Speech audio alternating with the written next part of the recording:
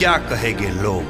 जोर जोर થી દાંત કાઢશો ને તો લોકો ગાંડા કહે, હાચો પ્રેમ કરશો તો આવારા કહે, ધીમે ધીમે કામ કરશો ને તો ટાટા કહે, ફટાફટ કરશો તેમ કે બાપનું હું લૂંટાઈ જાય છે. કોઈ ભૂલ થઈ ને તો સલાહકારો વધી જાય ને ક્યારેક રડાઈ જાય તો માય કાંગલા કહે, અને મજબૂત થઈને આ સમાજની અંદર રહ્યા ને તો લાગણી વિનાને કહે ને ઘરવાળીને સાહેબ થોડોક વધુ પ્રેમ થઈ જાય ને તો વગો કહે, અને માનું જો માનવા માંડ્યા દુનિયા માવડીઓ કહે.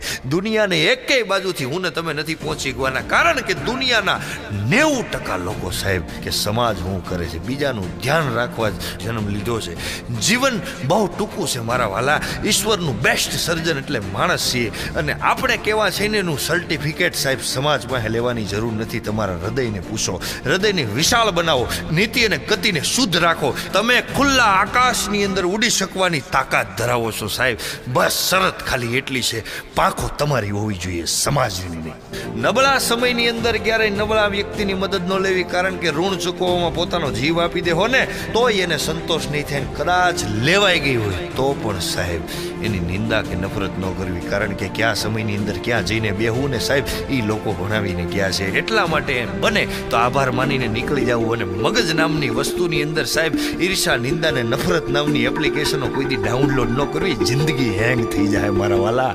માણસનો અંદરનો હું જ્યારે મોટો થાય છે ને ત્યારે જ બહારના હુંનું પતન થાય છે. ગમે એટલા મોટા થઈ જઈએ પણ અંદરના વિદ્યાર્થીને ક્યારેય મરવા ન દેતા, અને આપણી મહેફિલમાં બધા નીચું જોઈને આપણી વાત સાંભળીને વાહ વાહ કરે ને તો એમ ન સમજવું કે આપણા ગુલામ છે, કારણ બધા પોતપોતાની ગલીના બાદશાહ જ હોય છે. બીજાને ડરાવનારાને મેં અંદરથી બહુ ડરતા જોયા છે.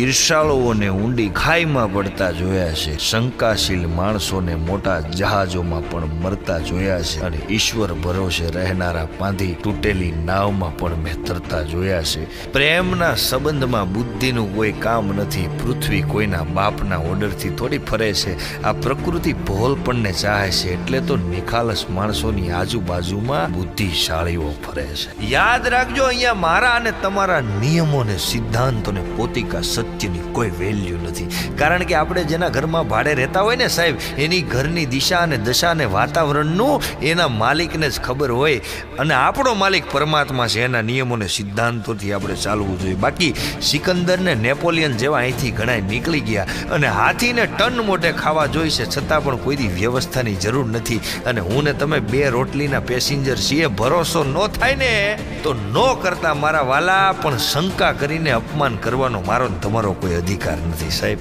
ઝીણી ઝીણી ભૂલોથી એક ભૂલોનો પહાડ બને છે, અને એનું નામ છે નિષ્ફળતા સાહેબ.